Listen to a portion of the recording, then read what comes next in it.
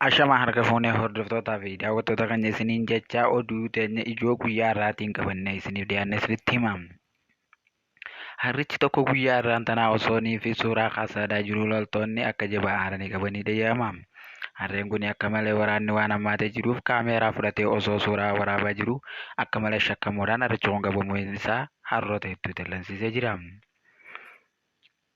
Garuu ammoo harrichi kun loltoonni mootummaadhaatii fi loltoonni Tigraay osoo wal lolaa jiranii anis achi garagalee hin taa'u jechuudhaan fannoonii fi hundinuu waan gara lola saniitti irratti deemanii jiraniif anis dhaqee akkaan lolu jechuudhaaf tarkaanfii fudhatee jira.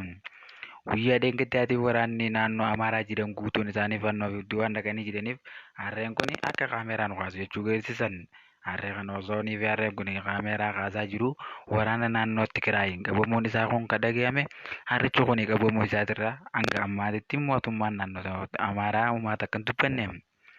Jarri kun ammaan duratti waan harreedhaan deemanii Amaaraa fi Oromiyaa keessa Tigraay keessa deemaa turaniifis har'a ammoo harree kana fudhatanii kaameeraa osoo kaasaa jiranii qabamuun isaanii hedduu akka isaan gaddisiise isaanis baay'ee dubbatanii jiran hanga oduu xumurameeti jira.